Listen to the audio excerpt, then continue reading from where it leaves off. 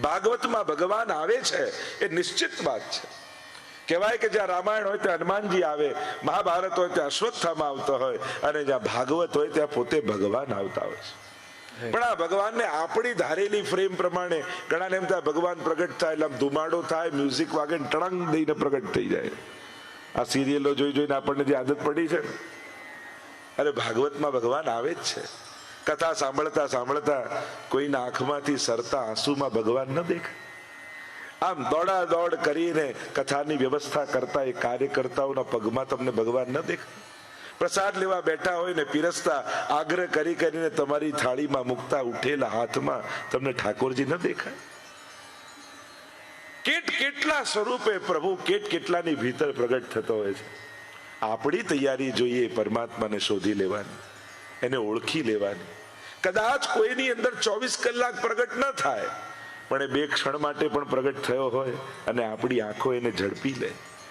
અત્યારે આની અંદર ભગવાન છે. ઠાકોરજી ડાયરેક્ટ કોઈને કહેતા નથી, પણ ઘણીવાર આપણી સમજ જોઈએ કે હમણાં આ નથી બોલ્યો, ભગવાન બોલ્યા છે. કોઈની ભગવત નામ જીવા પર બેઠા જપતો હોય કોઈ વ્યક્તિ, ધૂન ગાતા હોઈએ, ભગવત નામ લેતા હોઈએ, ત્યારે એની જીવા પર ભગવાન પ્રગટ થતા હોય છે. અનેક સ્વરૂપે પરમાત્મા બિરાજતા હોય છે. આ ભાગવતની દિવ્યતા છે, આ ભાગવતની અલૌકિકતા છે. અને મેં તો પહેલા જ દિવસે કહ્યું હતું, તમારી સેલ્ફી પાડી લેજો. આજે ઘરે જઈને પાછી પાડજો. તમારી આંખો, તમારા હાવભાવ, તમારા વિચાર, વ્યવહાર તમને જે સેલ્ફીમાં કંઈક જુદા જેવા લાગશે કે પહેલા દિવસે બેઠો હતો એના કરતા આજે આ મારામાં જ મને કંઈક જુદાપણું લાગે છે. કંઈક સારા થવાની ઈચ્છા થઈ રહી છે. સદગુણો, સદભાવનાઓમાં આનંદ આવી રહ્યો છે. પહેલા એ જ પુણ્ય કરવામાં ઘણા અહીંયા બેઠા હશે. આમ બધા લોકો ઘણા એને આશ્ચર્ય થતું કે 7-7 દિવસ 3-3, 4-4 કલાક લોકો બેસતા કઈ રીતે હશે, અને એ લોકો પોતે આજે બેઠા છે આટલા કલાક. એકવાર રસ લાગે ને, પ્રભુ એકવાર હાથ પકડે ને, ત્યારે સમય ઉપર વિજય મળી જતો હોય છે. આ કાલ ઉપર વિજય છે આપણો. કાળ જ્યારે હાવી થાય ને ત્યારે એક સેકન્ડ કાઢવી અઘરી થાય, અને આપણે કાળ ઉપર હાવી થઈએ ત્યારે 4-4 કલાક ક્યાં જતા રહે ખબર ન પડે, 7-7 દિવસ ક્યાં જતા રહે ખબર ન પડે. આ કાળ ઉપર આપણો વિજય છે. એ તો જોજો, જ્યારે કાળ હાવી થયો હોય ને ત્યારે એમ થાય કે ક્યારે આ 10 મિનિટ પૂરી થાય, ક્યારે આ કલાક જાય. એક સેકન્ડ દુઃખની કાઢવી અઘરી લાગે માણસને. ત્યારે માનવું કે અત્યારે કાલનો મારા પર પ્રભાવ છે, અને જ્યારે તમે કાલ પર હાવી થાવ ત્યારે કલાકો ક્ષણોની જેમ સરી જાય છે. આપણા બધાનો અનુભવ છે. શ્રીમદ ભાગવત એવી દિવ્ય ગાથા છે, એવી દિવ્ય કથા છે કે જ્યાં ભગવાન કાંઈ ને કાંઈ નિમિત્ત કરી તમારા સુધી પહોંચી જતા હોય છે, તમારા હૃદયને સ્પર્શી લેતા હોય છે. અને કથામાં 7 દિવસ બેઠા, એમાં એક ક્ષણ પણ જો રોમાંચ થયો હોય ને તો માનજો ઠાકોરજીએ તમારા માથે હાથ મૂક્યો તો એક ક્ષણ માટે. આ ભાગવતમાં બિરાજતા ઠાકોરજીએ લાંબો હાથ કરી તમારા માથા પર હાથ મૂક્યો, અને એનો સ્પર્શ થયો ને એટલે તમને રોમાંચ થયો, તમારી આંખમાં ઝળઝળિયા આવ્યા, કંઈક હૃદયમાં ભાવોની ઉત્પત્તિ થઈ. પ્રભુના સ્પર્શ વગર આ સંભવ નથી. પ્રભુનો હાથ દેખાતો નથી પણ અનુભવાય છે તો ચોક્કસ. અને દરેક વસ્તુને જોવાની જરૂર પણ નથી હોતી કે દેખાય તો જ માનું, આપણે અનુભવી. ભગવાન આપણા માટે કોઈ કલ્પના નથી કે આપણને કોઈ સાબિત કરીને બતાવે. આપણો તો અનુભવ છે. અને અહીંયા બેઠા એવા બધાનો કંઈક નાનો મોટો, કોઈનો મહાપ્રભુજી માટે, કોઈનો ગિરિરાજજી માટે, કોઈનો યમુનાજી માટે, કોઈનો ઠાકોરજી માટે, ક્યાંક ને ક્યાંક ભલે થોડી ક્ષણોનો હોય પણ આપણો અનુભવ છે ઠાકોરજી સાથે. દરેકને જીવનમાં નાનો મોટો ક્યાંક કોઈ પ્રભુનો અનુભવ છે. એટલે આપણા માટે પ્રભુ કલ્પના નથી, આપણો અનુભવ છે. આપણે એને સાબિત કરીને સ્વીકારવાની જરૂર નથી, આપણે એને સ્વીકારેલો છે કારણ આપણે એને અનુભવેલો છે. કોઈના લોજિકથી માનીએ તો ક્યાંક કોઈનો લોજિક એવો આવશે તો ક્યારેક નહીં પણ માનીએ, પણ જ્યારે આપણો અનુભવ થઈ જશે ને પછી કોઈના લોજિકની આપણને જરૂર નહીં પડે, પછી કોઈના તર્ક વિતર્કની જરૂર નહીં પડે કે આમ છે એટલે ભગવાન છે, આમ છે એટલે ભગવાન છે, આમ છે એટલે ભગવાન. કોઈ સાબિત કરવાની જરૂર નહીં પડે. તમારે કહેવું પડશે મને આની જરૂર નથી, ભગવાન મારો અનુભવ છે. પ્રભુને મેં અનુભવ્યો છે આનંદ રૂપે, પ્રેમ રૂપે, કરુણા રૂપે, ભાવ રૂપે, ભક્તિ રૂપે. ભાગવત એ ભક્તિનો ગ્રંથ છે. ભક્તિનું ઉત્પાદન કરનારો કોઈ ગ્રંથ હોય તો એ ભાગવત છે. અને જે વ્યક્તિ ભાગવત શ્રવણ કરે છે એના હૃદયમાં નિશ્ચિત ભક્તિનો ઉદય થાય છે, કોઈ ને કોઈ પ્રકારથી.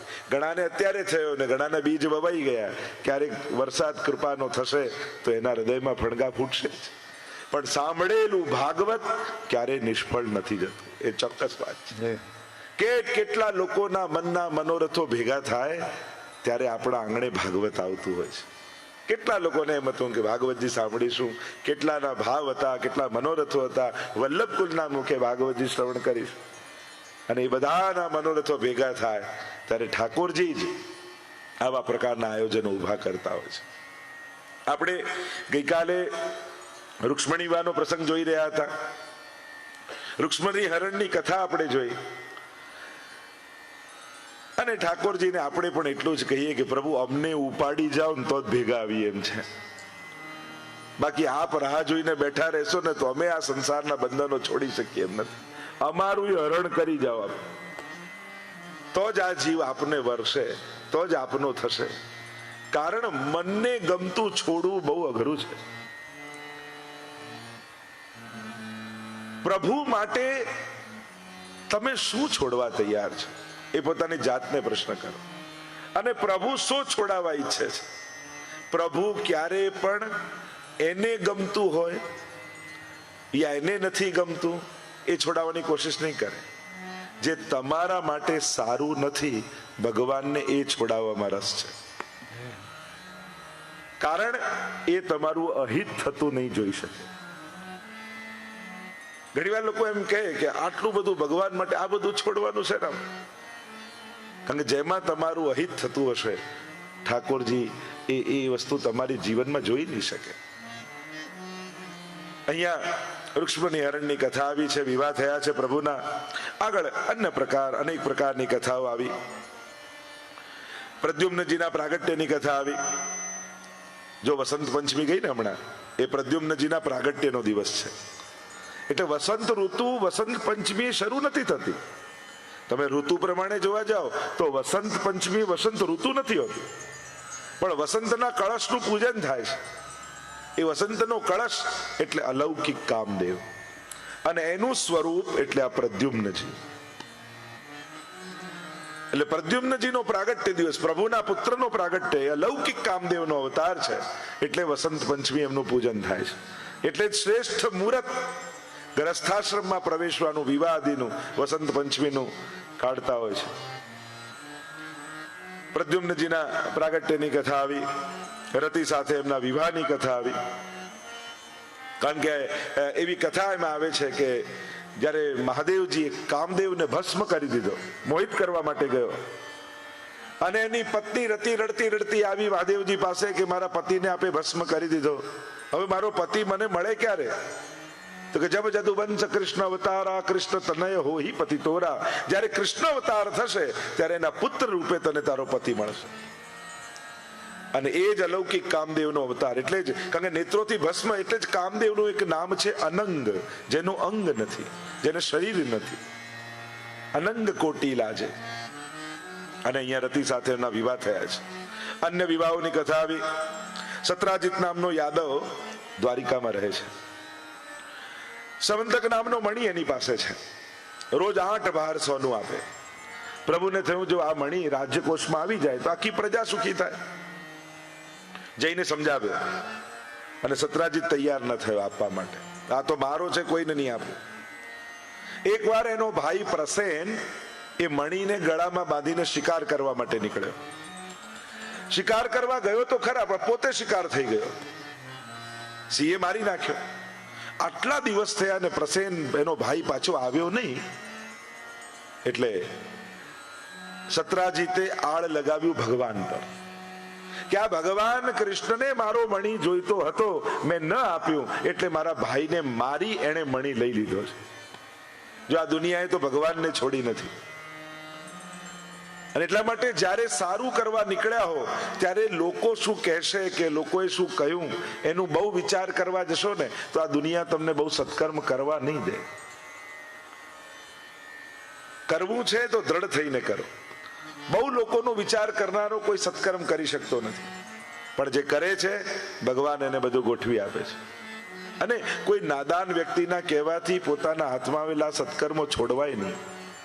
તમે કંઈક સેવા કરતા કોઈ કંઈક બોલી ગયું એ તમને હવે હું નહીં કરવાની, હવે મારાથી સેવા નહીં થાય, પેલું આમ કહી ગયો, પણ પેલા કહેવાની કિંમત શું? સૌભાગ્યથી જે સત્કર્મો મળ્યા છે એને કોઈના કહેવાથી છોડવા નહીં. કારણ કે દરેકના હાથમાં પુણ્યો લખાયેલા નથી હોતા, સેવા ને સત્કર્મો લખાયેલી નથી હોતી. તમને મળી છે તો સહન કરીને પણ સેવા કરો. સેવા કરનારે સહન કરવાની વૃત્તિ તો રાખવી જ જોઈએ. જો નથી તો વધારે વાર સેવા નહીં થાય. તો આ દુનિયા તો આમ કરશો તો આમ કહેશો, પૂરું બગડવાય નહીં, તમે બધું છોડીને લૌકિકમાં લાગી જશો તો એમ કહેશે. જો આખો દિવસ સંસાર સંસાર, ક્યારેક તો ભગવાનનું નામ લે અને ભગવાનમાં લાગશો. હજી તો ઉંમર નાની છે ને અત્યારથી સેવા કરવા લાગ્યા, થોડું તો કઈ પરિવારનો વિચાર કરો એમ કઈ સેવા છોડાવશે. એટલે ન સંસાર ના થવા દેશે ને ભગવાન ના થવા દેશે. સંસાર હંમેશા આપણને એના કામનો બનાવીને રાખે છે. એટલે સંસાર ના બોલવાની. એમ કેતા ને કે એક પેલો પિતા અને પુત્ર ઘોડો લઈને જતા અને જઈ રહ્યા હતા, બંને ઘોડા પર ચડીને એટલામાં એક માણસ મળે છે ને માણસાઈ જેવું કંઈક છે, જીવ દયા તો રાખો, એક જ ઘોડા પર બંને ચડી ગયા, સારું લાગે છે. એટલે પેલાને તો વાત તો સાચી છે. એટલે દીકરાએ કહ્યું કે પપ્પા તમે બેસો, હું ચાલુ છું. એટલામાં એક મળે છે, આટલો મોટો બાપ થઈને પોતે ઘોડા પર બેઠો, નાના છોકરાને ચલાવે છે. પિતાને શરમ આવી કે ના દીકરા તું બેસ, હું ચાલુ છું. ફરી એક મળ્યો છે ને આ છોકરાઓ આજકાલના, પોતે ઘોડા પર બેસી ગયો છે, બાપને ચલાવી રહ્યો છે. બંનેને એવી શરમ લાગી કે ચાલો ને આપણે બંને ચાલતા જઈએ. બંને ચાલતા, તો એક મળ્યો છે ને મૂર્ખાઓ, છતે ઘોડે ચાલતા જાય છે. વેચી દીધો કંટાળીને, તોય મળ્યો. રાખ્યો હોત તો કામ ના લાગે, તારે ક્યાં બેસવા દીધા. તો આ તો દુનિયા તો આવી જ છે. જે કરશો એનાથી ઊંધું બોલનારા દુનિયામાં છે જ, ઊંધું વિચારનારા દુનિયામાં છે જ, પણ પોતાનાથી જુદો વિચાર કરનારાને પોતાનો વિરોધી નહીં માની લેવો, વેરી નહીં માની લેવો. એનો વિચાર જુદો છે. અને દુનિયામાં જુદા વિચાર હોઈ શકે છે. કોઈ આપણાથી જુદું વિચારે આપણો વેરી ન થઈ જાય. અહીંયા પ્રભુને થયું કે હું મનાવવા જઈશ ને સમજાવવા જઈશ તો એ નહીં માને, હું પોતે મણી શોધીને એને લાવીને આપી દઉં. અને આમ કરીને પ્રભુ પોતે શોધવા માટે નીકળ્યા. જંગલમાં ગયા, પ્રસેનનો મૃતદેહ પડ્યો હતો અને એની બાજુમાં સિંહના પંજાના નિશાન હતા. પ્રભુ એ પંજાની પાછળ પાછળ જાય, સિંહનો મૃતદેહ દેખાયો, રીંછના પંજાના નિશાન હતા. પ્રભુ એની પાછળ પાછળ, અને ગુફા આવી, એની અંદર પ્રવેશ કરી ગયા. અને રીંછે તરાપ મારી અને ભયંકર યુદ્ધ થયું. 12 દિવસ સુધી યુદ્ધ ચાલ્યું. આ રીંછ બીજું કોઈ નહોતું, રામા અવતારના જાંબુવાનજી હતા. જ્યારે રામ અને રાવણનું યુદ્ધ થતું હતું ત્યારે રામનું બળ જોઈ એમને એમ થયું કે પ્રભુ જોડે બે હાથ કરવા મળે તો કેવું સારું. તો પ્રભુએ કૃષ્ણ સ્વરૂપે મનોરથને પૂરો કર્યો. મણી આપ્યો પ્રભુને અને કહ્યું આ મણી તો રાખો, પણ મારા સંસારનો મણી આ જાંબુવતીજી મારી પુત્રી, એની સાથે આ વિવાહ કરો. પ્રભુના વિવાહ થયા છે. સત્રાજીતને મણી લાવીને આપ્યો અને ક્ષમા માંગીને કહ્યું આ સત્યભામાજી સાથે આ વિવાહ કરો. અન્ય વિવાહોની કથા આવી. કાલિંદી, મિત્રવિંદા, સત્યા, ભદ્રા, લક્ષ્મણા, આમ પ્રભુના અષ્ટપટરાણી થયા. આ અષ્ટપટરાણી એટલે અષ્ટધા પ્રકૃતિ. ભૂમિ, રાપો, નલો, વાયો, ખમ, મનો, બુદ્ધિ રેવ છે. આ જેમ અષ્ટ પ્રકારની પ્રકૃતિ કહેવાય છે, પુરુષ અને પ્રકૃતિ જે શાસ્ત્રોમાં વર્ણન છે, એમ અષ્ટપટરાણીઓ પ્રભુના થયા. અન્ય વિવાહોની કથા આવી. ભૌમાસુર નામનો દૈત્ય હતો. એણે 16,000 કન્યાઓને કેદ કરીને રાખી હતી અને એનો કિલ્લો ચારે બાજુ પાણી, વચ્ચે કિલ્લો. અને મૂર નામના દૈત્યને ત્યાં રક્ષા માટે રાખ્યો. પ્રભુને વિનંતી કરી છે કે અમને મુક્ત કરાવો. ગરુડ પર સવાર થઈને પરમાત્મા પધાર્યા છે. મૂરને માર્યો અને પ્રભુનું નામ પડ્યું મુરારી. તવાષ્ટકમિદમ મુદા પઠતિ સૂર સૂતે સદા સમસ્ત દુરિતક્ષય. સમસ્ત પાપોનો નાશ થાય. ભગવદ નામથી જ પાપ જાય. અને એમાં પણ યમુનાજીનું નામ જે પ્રભુને પણ પ્રિય છે. તિનકે ગુણ સુનન કો લાલ ગિરિધર ન પિય આય સન્મુખ તાકે બિરાજે. શ્રી યમુનાજીના ગુણગાન થતા હોય ને ત્યાં તો સ્વયં પ્રભુ આવીને શ્રવણ કરવા લાગે. એટલે બને તો એક યમનાષ્ટક રોજ કરો. સમસ્ત દુરિતક્ષય, સમસ્ત પાપોનો નાશ થશે. ભવતી વૈ મુકુંદે રતિ, પ્રભુમાં પ્રીતિની વૃદ્ધિ થશે. તયા સકલ સિદ્ધયો, સકલ સિદ્ધિનું દાન કરશે. મુરરી પુષ્ટ સંતુષ્ટતિ, પ્રભુને પરમ સંતોષ. અને સ્વભાવ વિજયો ભવે, સ્વભાવ પર વિજય થાય. માણસને ભગવાન બધું ગોઠવી આપે ને તો છેલ્લે પોતાના સ્વભાવથી દુખી થાય. જો સંજોગો દુખી કરે ને તો સમજાય, પણ સ્વભાવથી દુખી ન થતા. એ તો પોતાનો જ પગ કુલાડી પર મારવા જેવો છે. પ્રભુએ બધું જ ગોઠવી આપ્યું, છતાંય માણસ કાંઈ ને કાંઈ એવા વિપરીત સ્વભાવમાં ફસાઈ જાય. અને સ્વભાવમાંથી નીકળવું બહુ અઘરું છે. સ્વભાવ બદલવો બહુ કઠિન છે. આ તો યમુનાજી કૃપા કરે ને તો જ સ્વભાવ પર વિજય થાય. તો મુરારી નામ પરમાત્માનું પડ્યું. મૂર નામના દૈત્યને માર્યો. 16,000 કન્યાઓને કેદમાંથી મુક્ત કરી અને કહ્યું કે હવે તમે તમારા ઘરે જાઓ. બધી જ કન્યાઓએ વિનંતી કરી, રડવા લાગી. વિનંતી કરતા પ્રભુને કહે છે કે પ્રભુ, સમાજ એવો છે ને કે એક રાત્રિ પણ કન્યા બહાર રહી જાય તો એને જીવવા નથી દેતું. તો અમે તો આટલા સમયથી આ અસુરની કેદમાં છીએ. આપ અમને ઘરે મોકલશો પણ સમાજ અમારો સ્વીકાર નહીં કરે, અમને તરછોડશે, અમારું જીવવું દુષ્કર થઈ. એના કરતા અમે મરી જઈએ સારું. અને જો આપ અમારો સ્વીકાર નહીં કરો તો અમે આત્મઘાત કરી લઈએ, એ અમારા માટે વધારે સારું.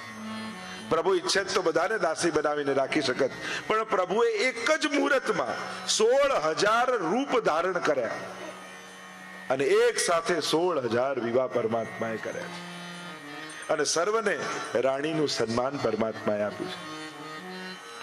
આગળ બલરામજી દ્વારા રૂકમીના વધની કથા આવી, ઉષા અનિરુદ્ધ વિવાહની કથા આવી, નગરાજાની કથા આવી. આ નગરાજા કાચિંડો બનીને કુવામાં પડ્યા છે. યાદવના બાળકો રમતા રમતા આવ્યા ને જોયું તો આટલો મોટો કાચિંડો કુવામાં. જળ છાટ્યું ને દિવ્ય પુરુષ પ્રગટ થયો. પૂછ્યું કોણ છો? કહ્યું કે નૃગરાજા છે. દુનિયામાં મારા જેવો દાતા બીજો કોઈ નથી. વર્ષાની બૂંદો પડે એટલી ગાયોના દાન મેં કર્યા છે, પણ એક વારની ભૂલને કારણે કાચિંડો બનીને પડ્યો છે. એક વાર કેટલીક ગાયો મેં દાનમાં આપી એક બ્રાહ્મણને. રાતના સમયે એ ગાય પાછી મારી ગૌશાળામાં આવી ગઈ અને બીજા દિવસે બીજા બ્રાહ્મણને ગાય આપી દીધી અને બંને બ્રાહ્મણોમાં ઝઘડો થયો. શ્રાપ મને લાગ્યો અને કાચિંડો બનીને પડ્યો છે. એટલે માટે જ આપણે ત્યાં દાનમાં પણ વિવેક બતાવ્યો છે. દાન કઈ રીતે અપાય, કોને અપાય, અને કોને અપાય તો વાત જુદી, કોનું લેવાય એ પણ વિચારવું જોઈએ. જે આપે બધાનું લઈ ન લેવાય. વૈષ્ણવે તો એ પણ વિચારવું, ભક્તે તો એ પણ વિચારવું કે આ મને આપે છે, આનું લેવા જેવું છે કે નહીં. આપવામાં તો આપણે વિચારીએ કદાચ કે કોને આપવું, યોગ્યતા શું. અને દાનનું પણ એ છે કે આપણા સામર્થ્ય પ્રમાણે આપણે આપીએ કે સામેવાળાની જરૂરિયાત પ્રમાણે આપીએ. સામેવાળાને કેટલું આપવું જોઈએ. ઉપનિષદમાં પણ દાનના અનેક પ્રકાર બતાવ્યા. શ્રદ્ધયા દેયમ, અશ્રદ્ધયા દેયમ, શ્રિયા દેયમ, રિયા દેયમ, ભિયા દેયમ, સંવિદા દેયમ. સમજપૂર્વક આપો. તમારા દાનનો કોઈ દુરુપયોગ તો નથી કરતો ને. જો ધનની તો 3 જ ગતિ છે, દાન, ભોગ અને નાશ. કા દાન કરો, કા ભોગવો, કા એનો નાશ થશે. આ 3 જ ગતિ છે. ચોથી ગતિ શાસ્ત્રો નથી બતાવતું. ચોથી ગતિ ધનની 3 જ ગતિ બતાવી. કા દાન કરો, અને શ્રેષ્ઠ ગતિ દાન છે. કા ભોગવી લો. ઘણી વાર માણસ ભોગવી નથી શકતો, આપી નથી શકતો અને એનો નાશ થાય છે. તમારી મહેનતથી કમાયેલું તમારા આત્મકલ્યાણમાં લાગે જરૂરી છે. બાળકો આ દેશમાં રહે છે, ભણે છે, કમાય છે, બધું બધાનું કરી જ લેવાના છે. એ લોકો પોતપોતાના સામર્થ્યથી આગળ વધશે જ, અને યથાશક્તિ કરવી જ પણ જોઈએ મદદ. પણ તમે પરિશ્રમથી જે ભેગું કર્યું છે એ તમારા આત્મકલ્યાણ, તમારા પુણ્ય સંચય એમાં ઉપયોગમાં આવે એ પણ જરૂરી છે. એટલે એનોય પ્રયાસ કરજો.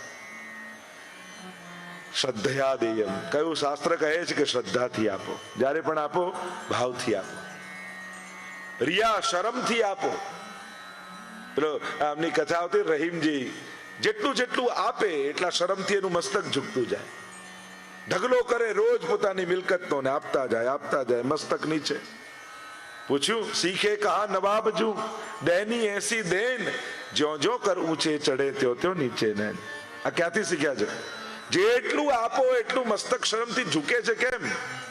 ત્યારે રહીમજીએ કહ્યું કે દેને હારા ઓર હૈ, જો દેતા દિન રૈન, લોગ ભરમ હમ પર કરે યા વિધ નીચે નૈન. આપનારો તો એ પરમાત્મા છે, ખિસ્સા સુધી તો એ પહોંચાડે છે. હું તો ખાલી ખિસ્સામાંથી કાઢીને આપું છું અને લોકો એમ સમજે છે કે હું દાતા છું, હું આપનારો છું, પણ આપનારો તો ઈશ્વર છે. પ્રભુ જ આપણા સુધી પહોંચાડીને આપણને અવસર આપે છે. સંવિદા દેયમ, એટલે કે સમજપૂર્વક આપો. જ્યારે પણ આપીએ યોગ્ય સ્થાને યોગ્ય જગ્યાએ આપીએ. જ્યાં પણ આવા સત્કર્મ થાય, ભલે ભલે બહુ મોટું ન કરી શકીએ, સ્કૂલ ન બાંધી શકીએ, એકને ભણાવી તો શકીએ ને, હોસ્પિટલ ન બાંધી શકીએ, એકનો ઈલાજ તો કરાવી શકીએ ને. આપણાથી યથાશક્તિ જે પણ થાય, પણ આપણા હાથથી દાન થતું રહેવું જોઈએ. શાસ્ત્ર એમ કહે છે હાથને પુણ્ય કરવાની આદત છોડાવવી નહીં. કોઈ ને કોઈ પ્રકારથી હાથને એ આદત પડેલી રહેવી જોઈએ. કારણ કે હંમેશા 365 દિવસમાં મોટો ભાગ આપણો હાથ લેવામાં જ ઉપયોગ કરે છે, હંમેશા લેવામાં. પણ એને કેટલીક ક્ષણો દ્વારા આદત પાડો કે આપવામાં પણ વપરાય. સમજપૂર્વક આપો. જો જરૂરી નથી કે આપેલું હોય માણસ દેખાય જ. જો વ્યક્તિને ન દેખાય, આશીર્વાદ. એવું કહેતા કે એક વ્યક્તિ સ્ટેશનેથી જતો હતો, ભિક્ષુક, અને કોઈ ટ્રેનના બારી પાસે બેઠો છે, અને અંધ ભિક્ષુકે આવીને કહ્યું કે કંઈક આપો ને, ભગવાન તમારું ભલું કરશે, સુખી કરશે, આમ કરશે. તો બારીવાળાએ તો નહીં, પણ ઉપર બર્થમાં જે સૂતો તો એને 10 રૂપિયા કહ્યું કે એમને આપી દો ને, અને પેલા ઉપરવાળાથી લઈને આપી દીધું. અને પેલો એટલા બધા આશીર્વાદ આપવા લાગ્યો કે સુખી થાય, તારા બાળકો સુખી થાય, તું નિરોગી થાય, લાંબુ આયુષ્ય થાય. પેલો બારી પાસે બેસેલા કહ્યું કે મેં નથી આપ્યું, આ ઉપરવાળાએ આપ્યું છે. ભિક્ષુકે કહ્યું કે હું આંધળો છું, મારા આશીર્વાદ આંધળા નથી, એ તો ત્યાં સુધી પહોંચી જ જવાના છે. એમ જેણે પણ આપ્યું છે અને જેના સુધી પહોંચ્યું છે, જેને મળ્યું એના હૃદયમાંથી નીકળેલી દુઆ આપનાર સુધી પહોંચી જ જતી હોય છે. શ્રી પ્રભુને પ્યારા શ્રી યમુનાજીના લાડીલા એવા રસિક સત્સંગી વૈષ્ણવોને જય શ્રી કૃષ્ણ. જે શ્રીના આ વચનામૃત તમને ગમ્યા હોય તો આ વિડીયોને લાઈક કરજો, શેર કરજો અને કમેન્ટ બોક્સમાં જય શ્રી કૃષ્ણ જરૂર લખજો. અને અમારી ચેનલ શ્રી વલ્લભને સબસ્ક્રાઈબ કરવાનું ભૂલશો નહીં. જય શ્રી કૃષ્ણ.